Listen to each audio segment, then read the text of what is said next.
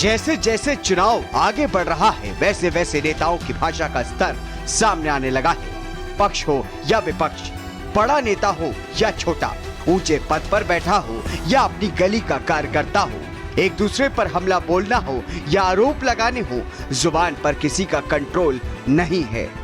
बात मंगलसूत्र से चली थी और अब मुजरे तक आ चुकी है। जी हाँ, बिहार की राजधानी पटना में एक रैली में पीएम मोदी ने इंडिया गठबंधन पर प्रहार करते हुए मुजरे शब्द का इस्तेमाल किया, जिसको लेकर अब हंगामा मच गया है। इंडिया अलायंस को अपने वोट बैंक की गुलामी करनी है तो करें, उनको वहां जाके मुजरा करना है तो भी करें।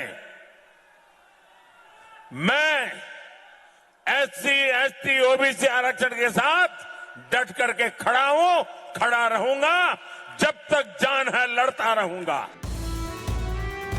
एक और जहां भीषण गर्मी पड़ रही है तो वहीं बयानबाजी से सियासी पारा भी हाई होता जा रहा है। पीएम मोदी के मुजरे वाले बयान के बाद से विपक्ष एकजुट होकर पीएम मोदी पर हमलावर हो गया है।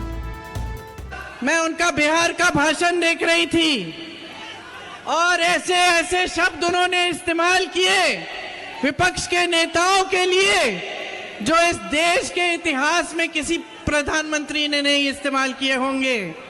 आज जिस तरह से वो बोल रहे हैं, अफसोस की बात यह है बहनों और भाइयों कि इनकी असलियत दिखाई देने लगी है। प्रधानमंत्री के बारे में मैं बार बार इस बात को कह रहा हूं कि उनकी भाषा जो है वो प्रधानमंत्री की भाषा नहीं है, वो एक सड़क छाप व्यक्ति की भाषा है। अब एक सड़क छाप व्यक्ति अगर ऐसी बातें बोलता है तब तो समझ में आता है, देश का प्रधानमंत्री अगर ये भाषा बोल रहा है तो इससे ज्यादा दुर्भाग्यपूर्ण इस देश के लिए कुछ नहीं हो सकता।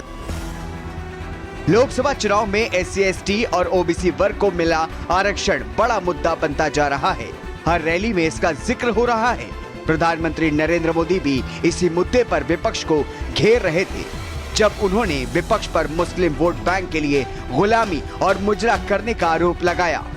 वहीं विपक्ष मुजरे पर सियासी माजरा खड़ा करने में अब जुटा हुआ है। स्पेशल डेस्क, भारत समाचार।